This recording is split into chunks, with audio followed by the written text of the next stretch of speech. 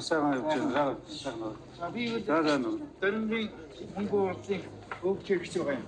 Энэ аюулууд одоо их хүүхдээ аюул.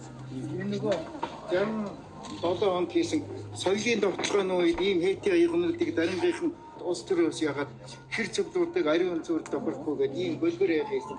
Энэ дарингийн одоо нэлээд олон айд одоо хадгалагддаг ийм аюул байна. Яг энэ аюул одоо энэ бүрэн дээр 12 жилд энэ дээр 3 луу нэргээд хослоо хоёр загсан нэг дагсан 10 бүлэг юу гэл одоо их бэлгдэж дархан хүн чи энэ бол одоо хятадын зүгээр нэг будаатай машинын шаазан хондоо.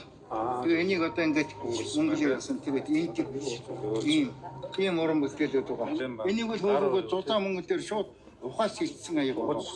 Ухаас хийлээд яасан. Энэ ингээ хөдөлгөөнтэй ийм. Хэдэн онд хийсэн гинэ? 65 онд хийсэн. Энэ аягны энэ завгар нь бол аавын өөрийнх нь аав нь эхэн завгар юм блэ. Тэр энэ би бол одоо дөрөвдүгээр энэ дархан болж байна.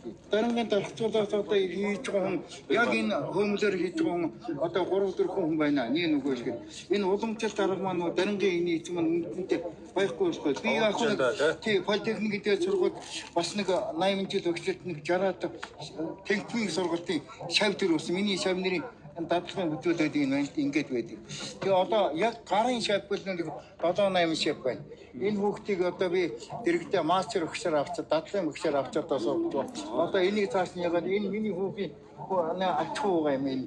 Одоо би энэ хүнийг энэ хүнийг нэг бас нэг энэ дарингийн урын үнднийг бас нэг чигдүүлж өгөөсэй гэж их зүтгэж их бодож байгаа. Замдаа орж байгаа хүүхдэн да тий. За тэгээ танд одоо баяр хүргье.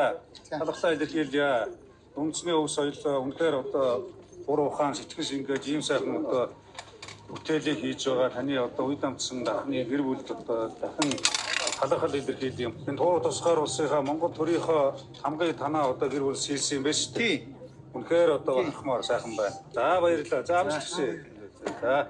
За ирээдүйн одоо мундаг дахин амжилт хүсье. Энийг гарын шиг болгож явах гэдэг.